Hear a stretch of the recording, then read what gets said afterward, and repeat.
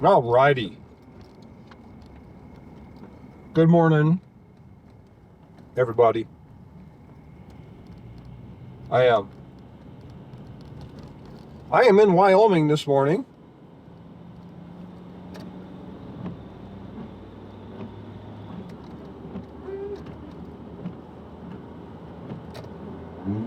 To get up on the interstate. I am on I-80.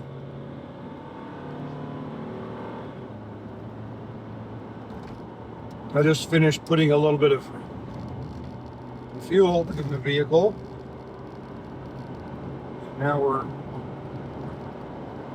heading on east.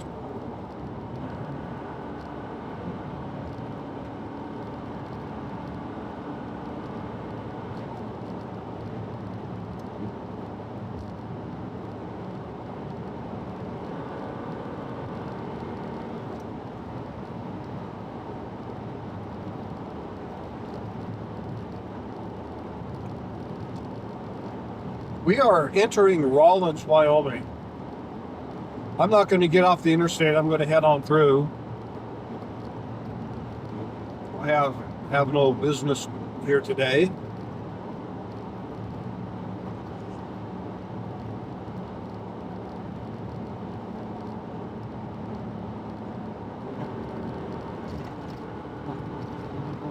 This is certainly a back road.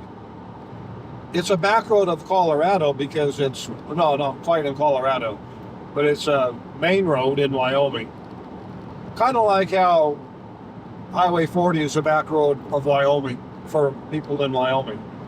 Yeah, kind of that way.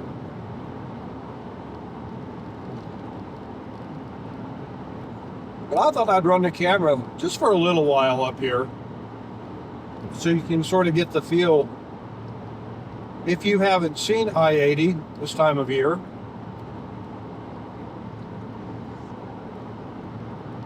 kind of a sunny, a little bit hazy day.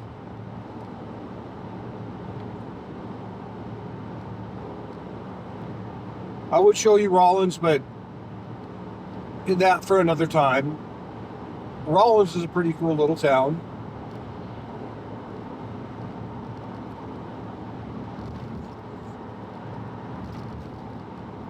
But you're getting the truckers' perspective today. The truckers don't usually go into Rawlins. I mean downtown. You know what I'm saying? Because I-80 it comes by here. So yeah, it's a really neat town, though. The thing about Rawlins.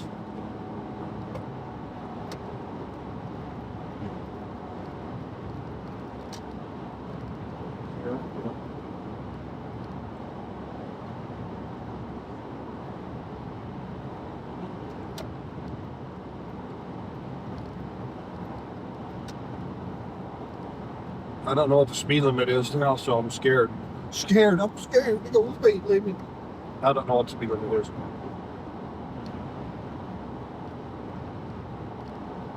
I do believe it is 75. Well, we'll get a speed limit sign up here shortly.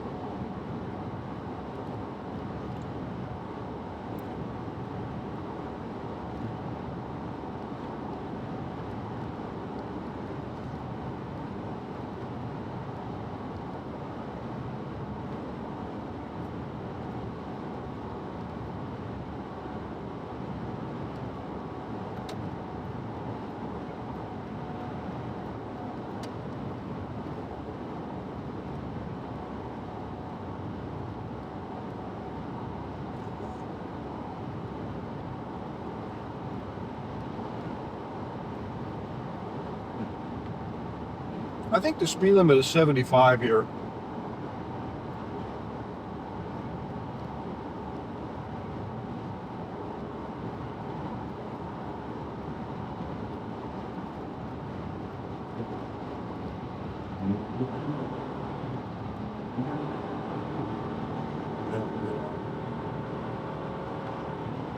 This guy, nice up to get over for me. I appreciate it. slow get around him so they don't slow him down any. Make it hit his brakes or whatever.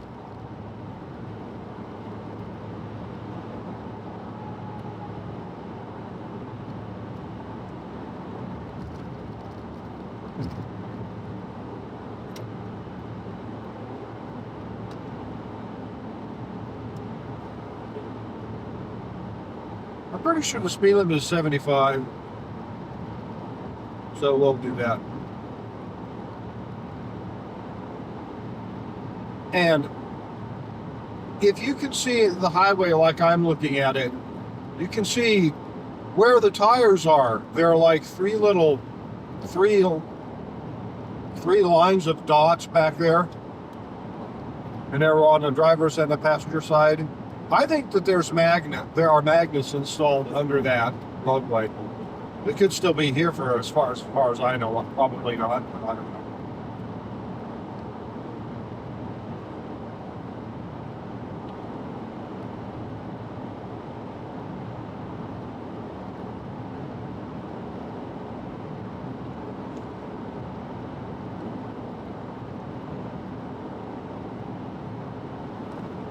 I believe today is the 9th. Yeah, I think it's the 9th of May.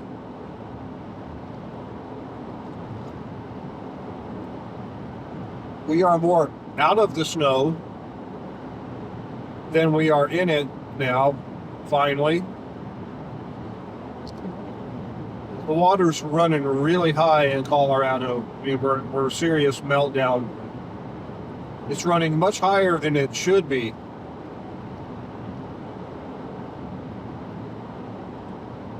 But the temperatures are pretty cold, so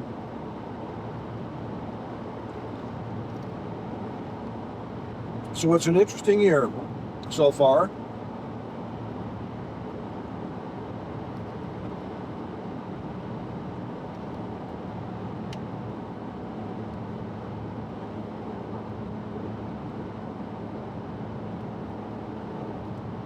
This is really neat. I find this quite fascinating. I would actually like to work there. I believe that's the Sinclair refinery.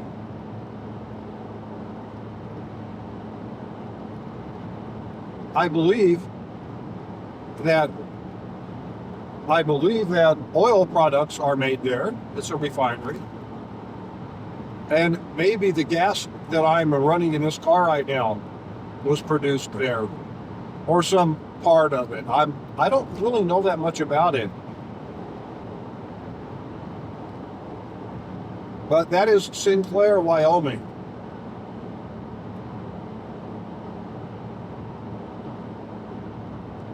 And there's a train we're going over the train right now.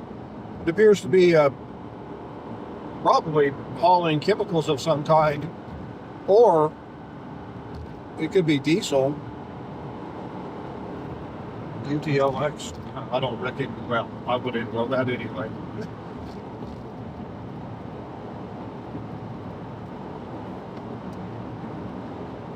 That is really cool. You know, I would almost like to come up here to work at this refinery just to see how they do it. Although there are easier ways. I mean, I understand that it's a distillation process. But some pretty interesting chemistry goes into making gas, diesel, and oil products. Yeah, how cool is that?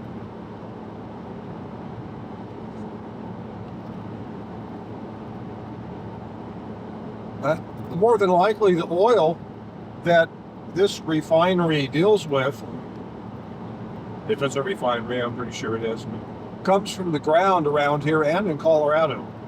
So we grow our own, I suppose, would be a way to put that.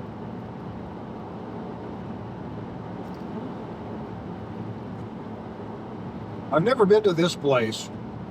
I think it's called Stinker. It's just funny. And apparently that's a skunk. But it's a Sinclair station.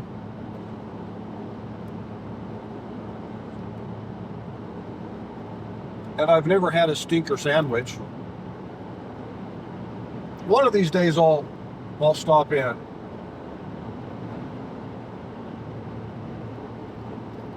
The fuel might be really good there. It might actually be I don't know, like a factory outlet.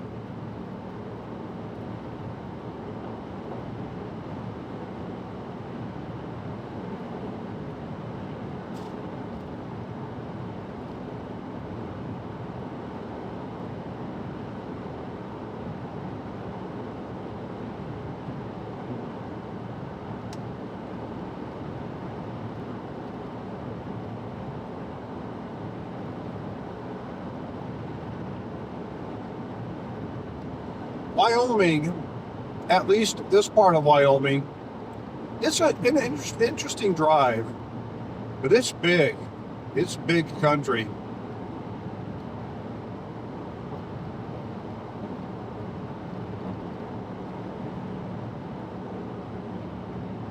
And what I notice about Wyoming is that as far apart as towns are in rural Colorado, Wyoming has got Colorado beat.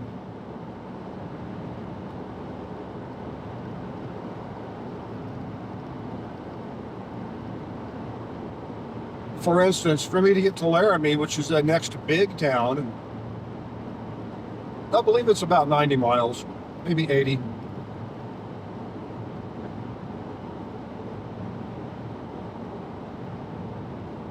We will pass through a few small towns. Elk Mountain is one of the towns. Medicine Bow, I think, is one of the towns. Actually, we passed near them. They're off of the interstate. Yeah, Elk Mountain, Medicine Bow, Anna.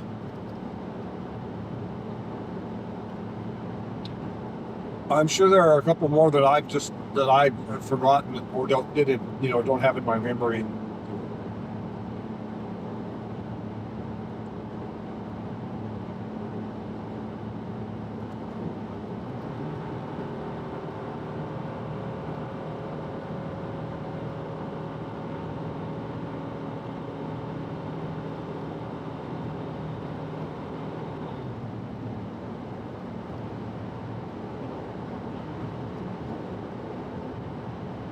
But the thing about Wyoming is when you're driving, you get to a town, make sure that you use the restroom, make sure that you fill your tank up, make sure that you have all the food and water, everything that you want.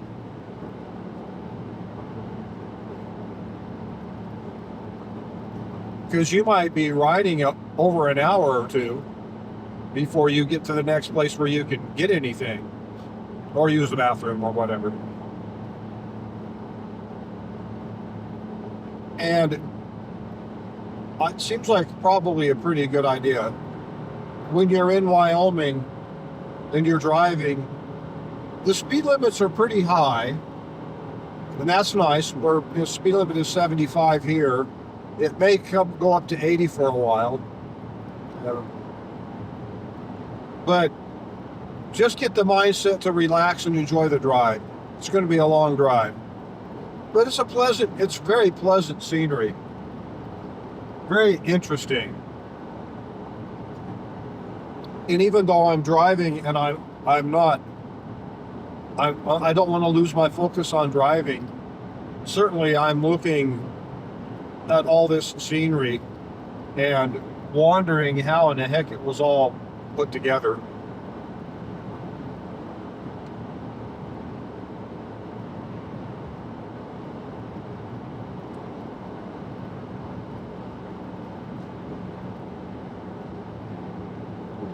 When I'm up on this road, I'm always much happier if I'm heading east. Heading west on this road, you're fighting the wind pretty much all the time. And it's usually a pretty strong wind.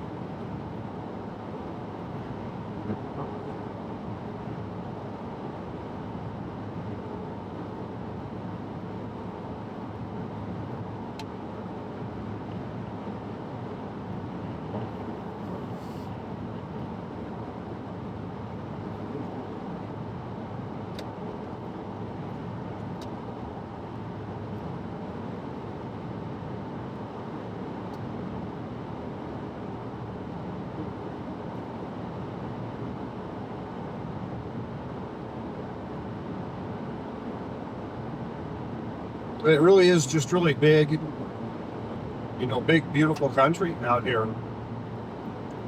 Elevation is about 7,000 feet.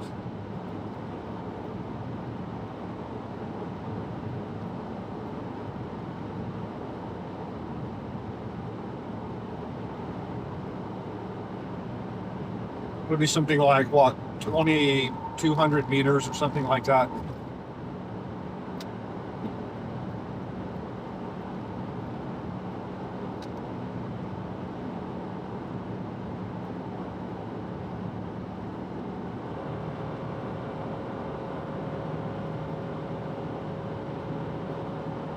So this country can see snow anytime. We're not out of the woods as far as snow goes around here yet. Not this year. It's been such a cold year. I watch YouTube channel. I watch a guy whose YouTube channel is called Sanity for Sweden. And he's an interesting guy, a political commentator. He was talking about, well, okay, that's not the right way to put it. A couple weeks ago, watching him, and he has the same studio that he uses, and it looks like it's just a room in his house that he's set up to do his videos. It's always the same. There's a fireplace behind him on the left, and then there's a sort of a recess in the wall where he's got wood stacked, and he usually keeps some artwork behind him because he's an artist. A few weeks ago, I noticed that he quit burning fire. He quit burning the wood. Fireplace that you can see behind him is about a glass front. And so I'm thinking, well, that's interesting because I'm wondering what the weather is like over there this year. And that was about the time that I shut my heaters off for the winter. So I thought.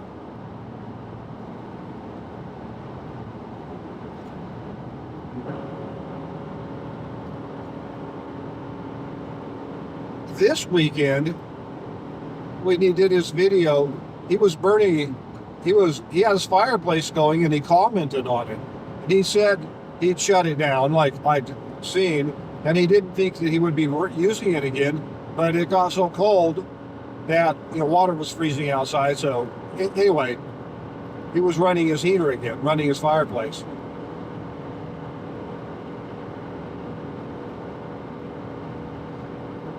The thing that I thought was interesting about that was that I'm doing the same thing. This weekend was so cold that I turned my heaters back on over the weekend. I turned them off this morning. It looks like we're warming up again for the next few days.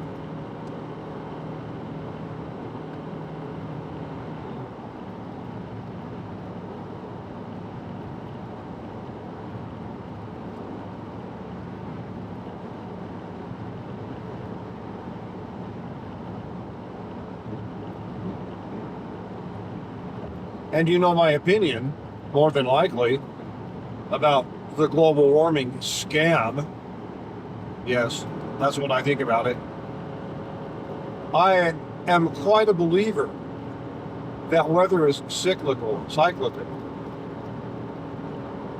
and that it may not be the exact cycle or the exact same thing from cycle to cycle, but I think that the weather does operate cyclically.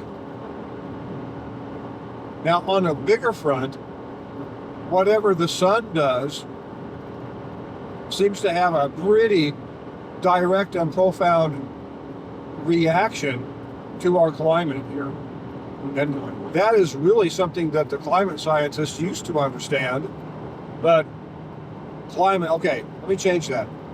When the term climate scientist was invented,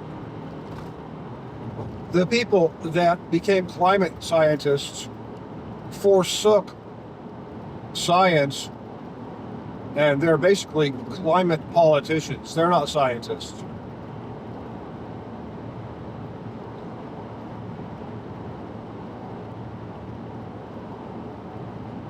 So when the term climate scientist is used, it's not describing a scientist. It might be describing a person who has had science, but they've traded their knowledge of science for the religion of the left and the bullshit of global warming. And it's really amazing. Well, no, it isn't. It's actually not that amazing. It's human nature. I used to find it amazing that otherwise intelligent people would believe the craziest crap that other people would feed them. Just bullshit. That is Elk Mountain over there, by the way. Big old mountain.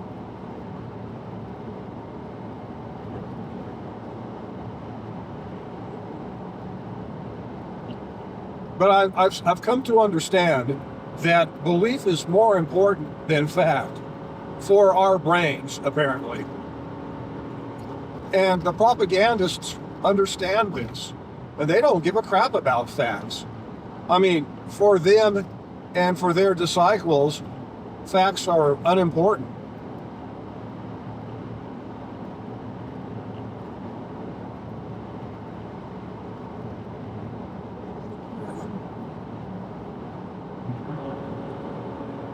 Speed up a little bit to grab this guy. I have a couple vehicles coming up behind me. I really don't want to make this a pinch point. So I'll go ahead and get around.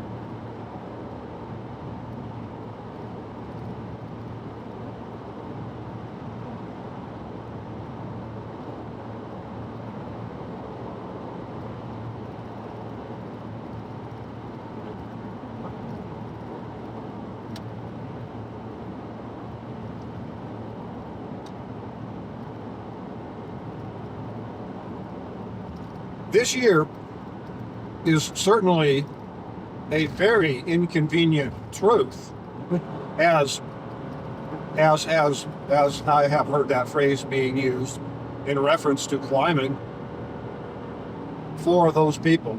The climate panickers, the global warming, the global warmists, the climate activists, whatever the hell you call them.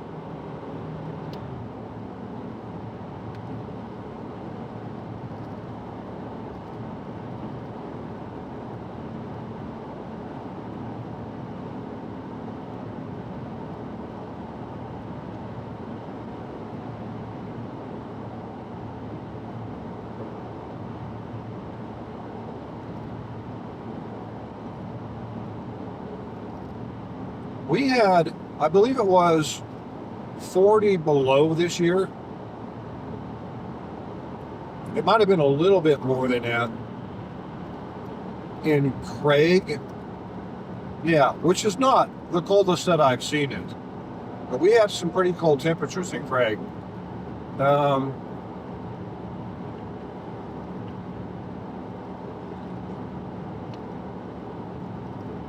That person in the pickup should probably quit texting and probably start driving. Doing a lot of wandering.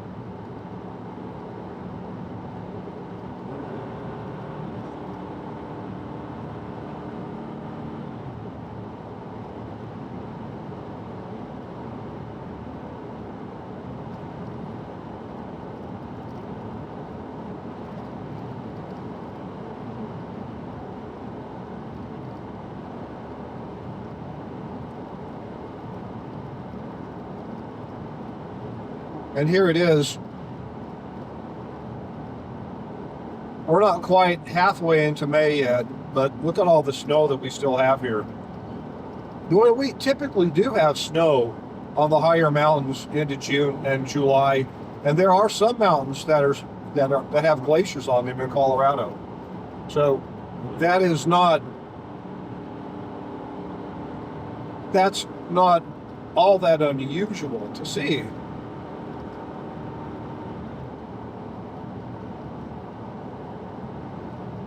But for this time of year, in this area, it's certainly a little bit unusual. But I have noticed that we have been cooling in the last few years. If you look at the actual temperature data, not the adjusted bullshit data that the bureaucracies try to pass off as improved data. It's really ridiculous. However, it's out there for you to believe if that's what you want to believe. If you want to believe that the climate is heating up and that the oceans are boiling away, or that the climate is heating up and all the islands are being submerged by water, which is the big deal. That's what you hear. Believe it, although it's not happening. And I've said this before, and the danger of talking about the same subject, doing a video, is that I'm going to say the same thing, but I need to say this. When I talk about climate, and understand that a lot of people have been told that climate change is real by people that they probably trust. Their teachers, their parents, maybe their preacher.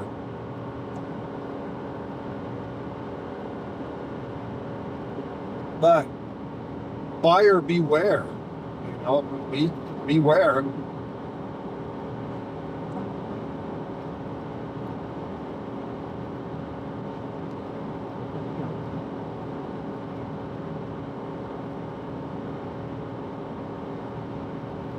This one little fact should help a lot of people understand the bullshit that they're being fed and that they're being told to believe. And if you wonder why the media talks about global warming every day, day in and day out, the reason is because they are the wind for the sail of global warming. That's their job. They create this wind that billows this sail out, right? If you follow my metaphor or whatever. If they didn't do that, there would be no air. That ship wouldn't sail, to continue with that metaphor. Because it's not happening. Now, of course, summer's coming, and they're gonna focus on all the hot temperatures when they can find them. But this one fact I'd like to get to. Some nice mountains up north. The fact is this: in over 100 years, probably more like 150 years, since people have been wringing their hands about climate. This is not a new thing. People have been doing this for, over a century easily. Every prediction that these climate panickers have made, every single prediction, I'll say that again, absolutely every prediction that these climate panickers have made from over 100 years ago to today or yesterday. Now, maybe some of these predictions I can't say because they keep extending them out. But every prediction that has been made has failed. Every single one of them. You would think that you could just randomly make a prediction and do better than that, because you actually could. These people are wrong 100% of the time. Not 90%, not 95%, 100% of the time they are wrong. Absolutely, positively, completely, ultimately, always wrong.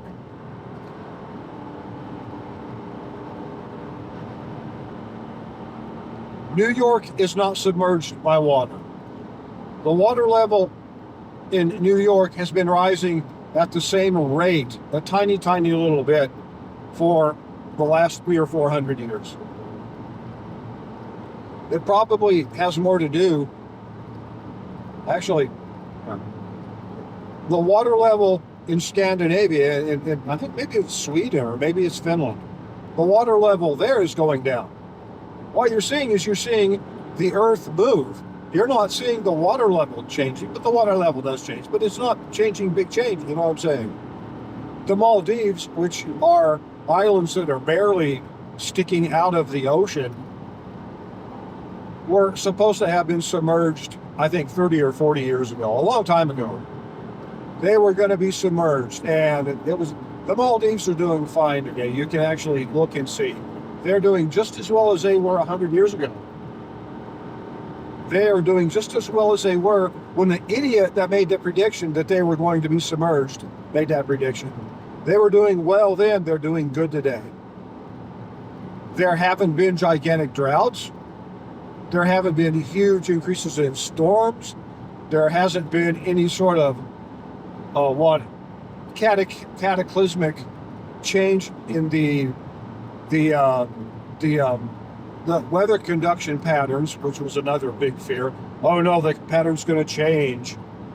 The amount of bullshit that has been put out that people are supposed to consider as fact is astounding. The amount of that material would probably fill millions of pages, and everything in that book would be a lie. That's how gigantic this scheme is. That's how many people are behind it, pushing it every day from morning to night. Like I said, the media and the bureaucracy helps the media, but they help each other. The media is the so-called wind in the sails of this climate fraud. That's how it works. If the media quit pushing it, this would go away. If the weather people would report on weather like they used to in the 70s, people would never panic about this kind of stuff. Well, I'll put it that way. There's always going to be some genuine, the sky is falling, panickers, that they're always going to be there.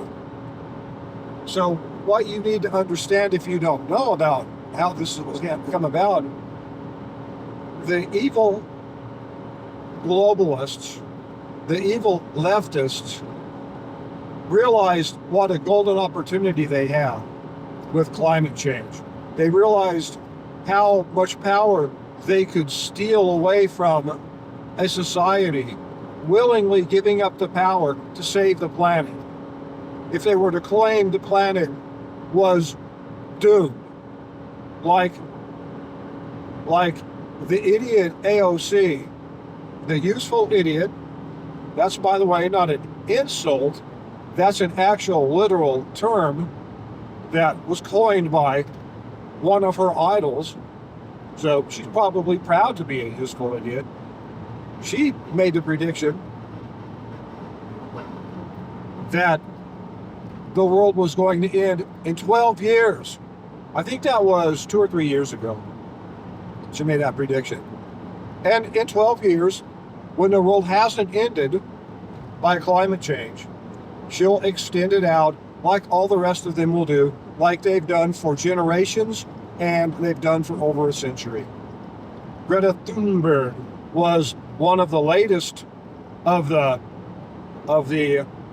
indoctrinated activists to quietly get rid of her "the world is going to burn up in so many years" prediction, because it didn't happen.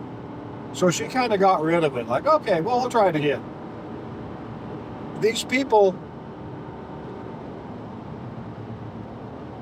they will not give up. What a pretty area here. They will not give up, but just understand what they're doing. Simply put, and if you know people that are all in the tank on this climate stuff, you might mention that inconvenient fact to them, because they're not going to be able to refute it. Well, they'll refute it, but they can't refute it successfully because no prediction, none, has ever come true. If it comes out of a climate alarmist's mouth, you might as well wipe his face with toilet paper, his or her face, when they're done, because they have just put out some bullshit. Not that bulls use toilet paper, but if they did. Oh yeah, and keep in mind too that these huge environmentalists, right, the climate people, they want to kill cows. They want to just outright murder, massacre cows. The reason that they want to is because they fart CO2. And another little inconvenient truth while I'm rolling here is CO2 is a very feeble greenhouse gas. The reason that the leftists use CO2 is because that's the only thing they can use, because CO2 is associated with fossil fuel use. The actual greenhouse gas, and there is one, it's water. That's the greenhouse gas. That's the biggie. CO2 is feeble. It is not a good greenhouse gas. It is somewhat effective, but not very much. And all the other gases, the methane and so forth, they're not the prime movers of this atmosphere. This atmosphere, this motor, this engine is ran by water vapor and heat and conduction of said heat and said water vapor, with all these other gases playing a much smaller part in the whole picture. Without water vapor, none of this would happen. And the tiny amount of influence that CO2 has on the atmosphere, it doesn't have enough power to make that kind of to be that kind of a lever that the climate panickers want you to believe. They claim and want you to believe. And of course, in their opinion, the science is subtle, because it's actually not science, it's a religion. I know several really smart people that buy this completely. I know several semi-smart people that buy this completely. They're not thinking, though. They are indoctrinated. And sadly, a lot of these people were teachers. You know, that's sad. Because what do you think they taught kids that now believe this crap? They now have to go through and unlearn all of the bullshit that they were fed in school or in college. A lot of people will, though.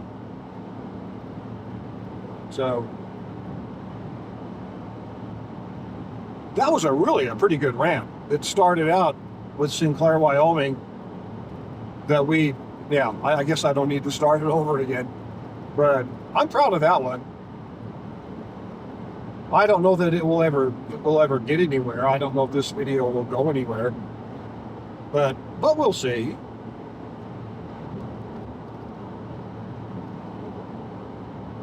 Medicine Bow River, looking pretty good. It's not running really high, but it's up there a little bit.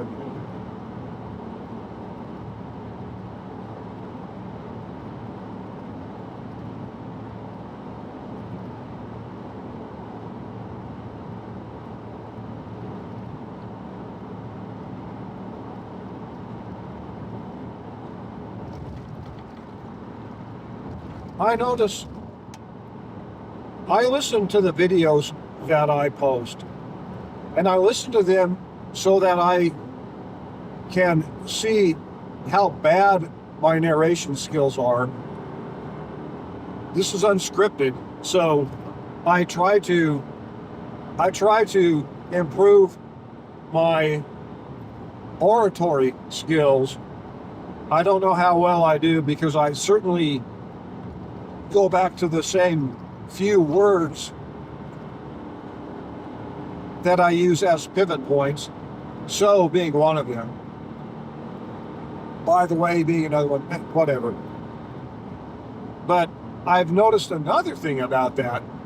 When I do a whole video, it's just politics, it's really, the issue is that the reality of the politics nowadays is that it's all bad news for regular people. It's actually bad news for freedom. What's going on in our country? What happened to our elections? How this group of corrupt people installed themselves into positions of power that they did not earn. How people in bureaucracies take advantage of their power to destroy this democracy. How people in corporations take advantage of their power to exercise the power that they can to keep other people from speaking freely, or firing or canceling people they don't agree with. All this stuff is bad news. And if I do an entire video on it, it's kind of it's sobering, right? So I'm just kind of thinking about that, and about, should I, if I continue this, and if I don't burn out, which who knows, I might, or just run out of things to say. I might have decided I've said everything I don't need to say anymore. So I'm kind of mulling it over. How do I want to change my format? Do I need to change my format a little bit? I got the idea that I like to try to keep these under an hour. Sometimes that's difficult because of the distance between towns here, and I would prefer to start at a town and end at a town. That might not happen today with this video, but it might, or I might end at an exit, or at some sort of natural point of some kind, something known. So just the nature of what I do means that I'm probably going to have a relatively long video. Now, I could do like Freeway Jim, not do any narration, do the video, put music to it, but I really don't have the time to do that. I have other things going on. So I'm trying to work this format out as best I can. I notice I'm still getting more subscribers, and I appreciate that, every one of you that subscribe. It's certainly slowed down a little bit, but this is a tiny little channel, and I'm quite sure that YouTube doesn't promote it too much. Maybe because it's small, or maybe because if YouTube's software snoops around looking for keywords and so forth, they're going to find my videos. That's for certain.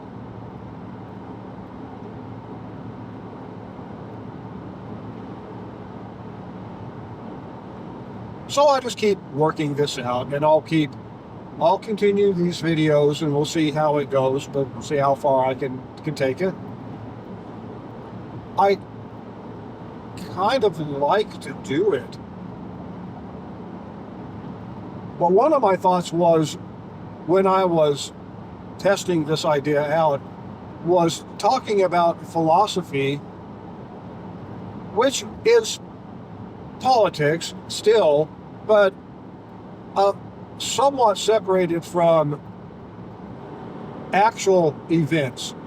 Maybe not separated very much from actual events, and I might consider looking at that again, or talking about interesting things like belief. I mean, belief is quite crazy. This belief that we have, which really runs the world. Facts are secondary to belief. And our society proves that. This current society, what's going on, proves that. But that doesn't mean facts aren't important. And that doesn't mean that facts aren't useful. Facts are extremely important.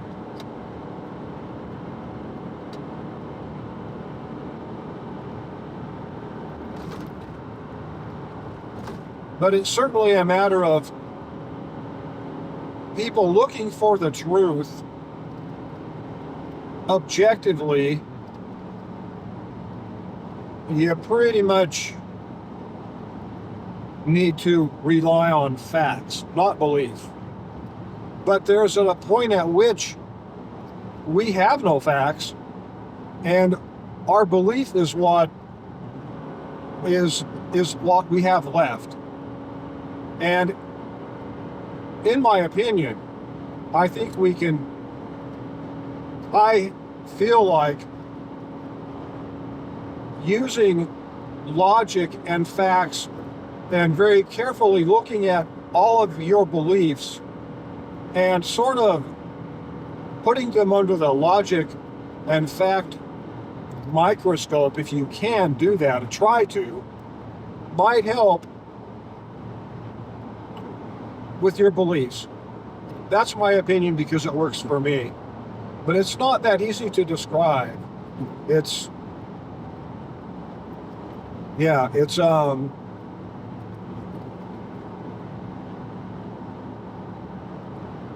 But that was one of the big premises that I thought might be valuable.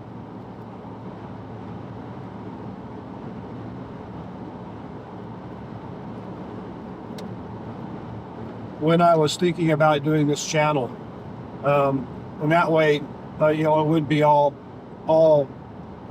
political stuff all the time, and it really isn't political stuff all the time. But when I talk politically, I'm certainly a conservative, and you'll hear that same point of view. And there's no way around that. And that's what I would rather you hear, because that's my honest opinion and my heartfelt, and as best as I can do, based in logic and based in reason, beliefs that I think stand the test of that microscope, looking at them through logical reason.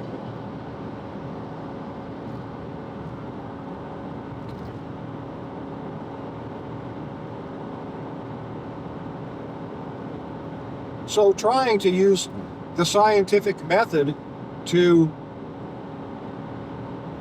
add or take credibility away from a belief of which there are no hard facts, and it's hard to do.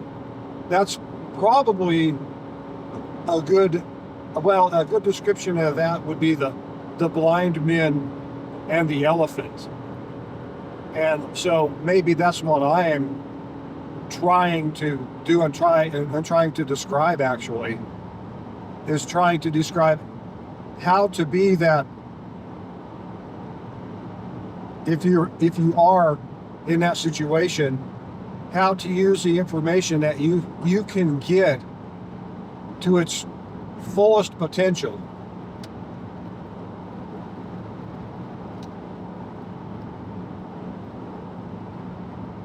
Because a lot of things can be looked at a lot of different ways, which is why we are the way we are, and why we have disagreements about things. And for that matter, it kind of makes the world go around, really.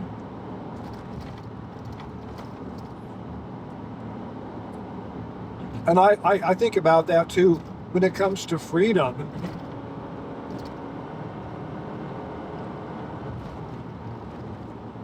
And free will, that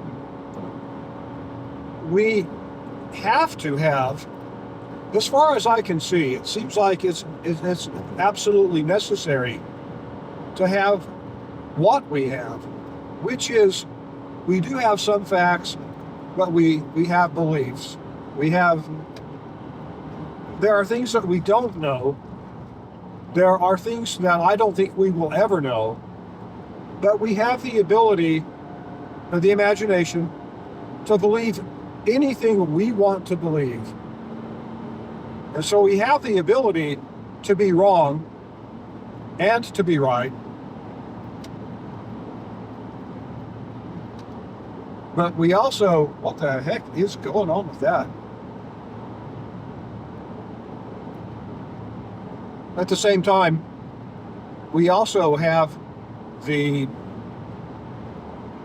would it be considered a good thing or a bad thing, or is it probably just would depend on the occasion? We are going to decide what we believe. Even people that say they don't believe anything, that's what they believe. They believe they don't believe anything. So you're still believing something. But we make our decisions about our beliefs, and we have no idea if they're true or not.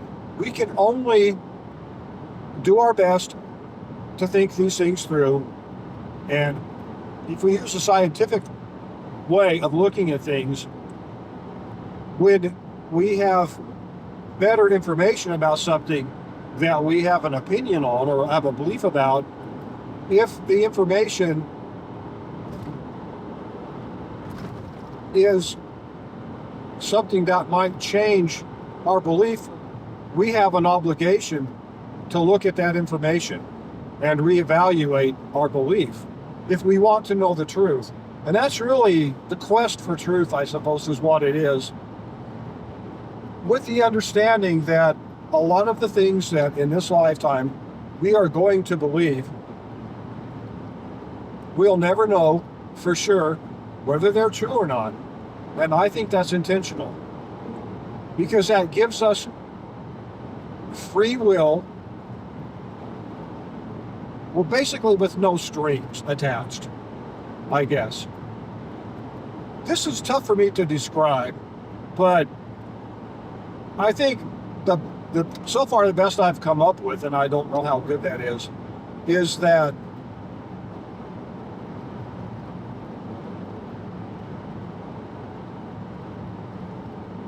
I've lost it. I just lost my thought. I was getting mentally positioned to talk about that, and the thought went away.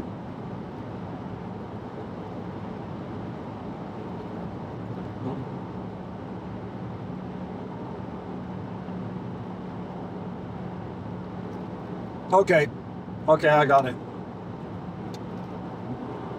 Sort of a what if. What if we knew God existed?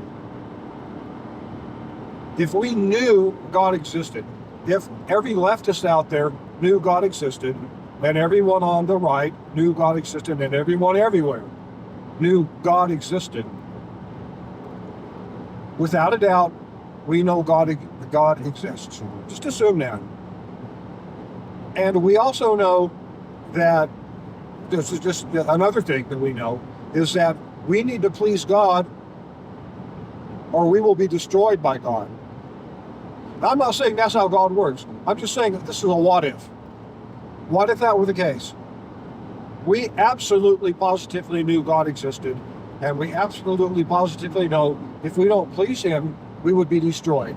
Sounds like communism to me. Well, or like a totalitarian government. But the more important point is that if we absolutely know this to be true, our societies would change drastically. Our behavior would change drastically.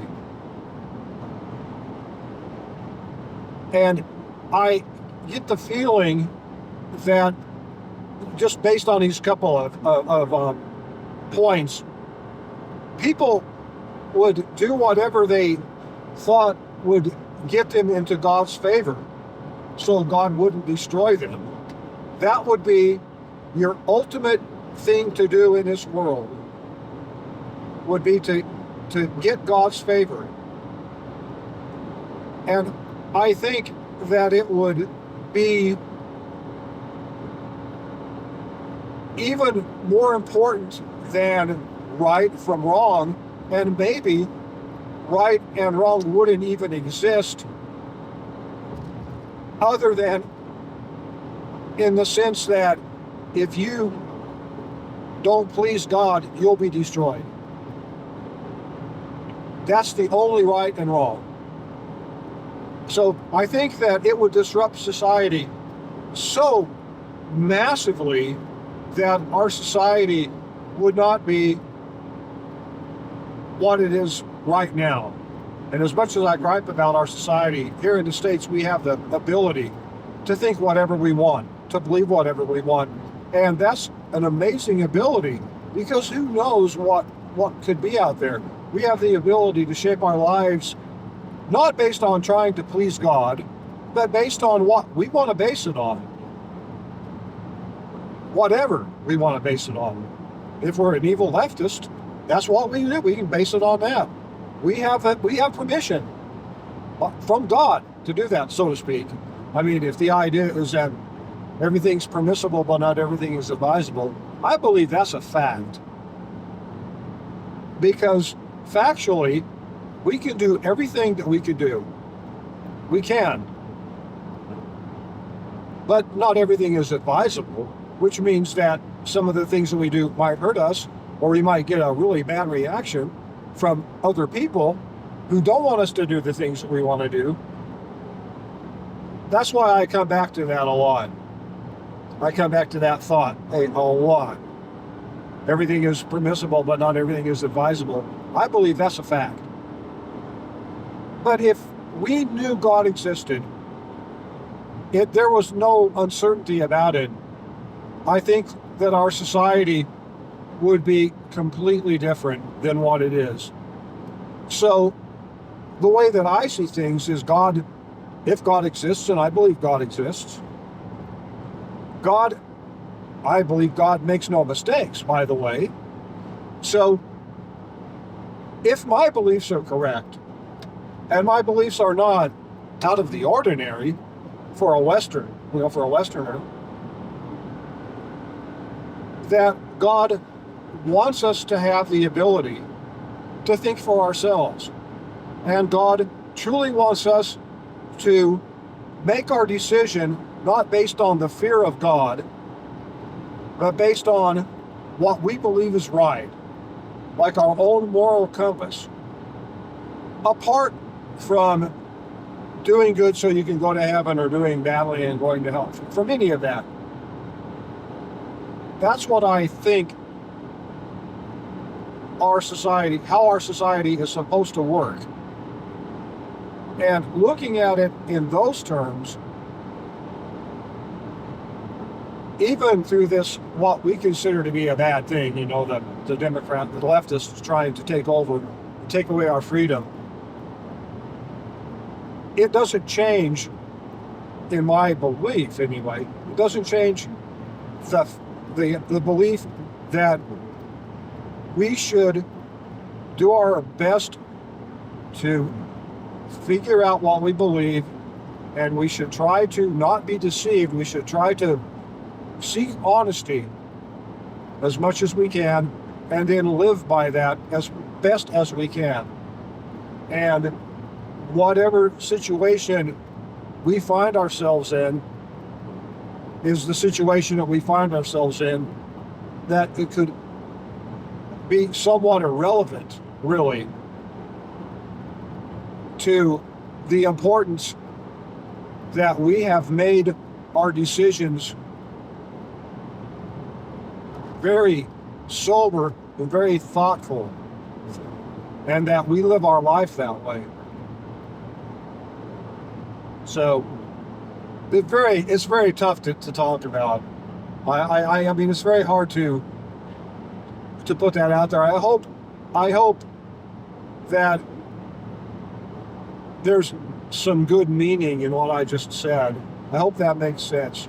I'm really digging down to try to describe this well, but it's a belief, it's philosophy, and I'm certainly not a Jordan Peterson kind of character, because he has got a much better use of the English language, and he has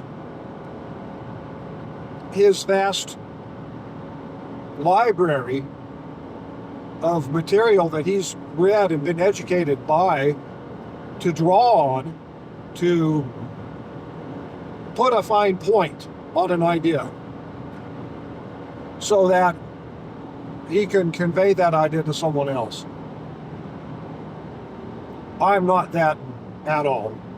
I don't have any of that. But it's funny, I come to a whole lot of the same conclusions that he comes to. It's a kind of an uncanny thing that, from my perspective, which is completely different, by about every way it could be different than Jordan Peterson, that I come to the same conclusions as he does. I find that to be pretty sobering, really. Because I go about the way I do things and in an entirely different manner. And what that makes me think, and what I believe about that, is that there is one truth out there, and that no matter where you are in your life, you have the ability to find as much truth as you need to find in order to live your life the way God wants you to live your life. There we go. And I don't know how God wants you to live your life. Only you would know that. But I do know that we do know the difference between good and evil. So we do have a playing field that everyone understands, including the left. They know when they're doing bad. We know when they're doing bad.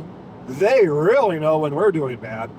And of course, they like to make claims that we're doing bad all the time and label us as white supremacists, white privilege, haters, racists, well, all that stuff, That's the game that they play. We kind of understand that. But that's the playing field that we have here. And even though the left does, evil does cheat. It cheats all the time. If it didn't cheat, I don't think it would survive. Actually, I don't think it would. I think that good people could vanquish evil easily if it didn't cheat. Interesting thought.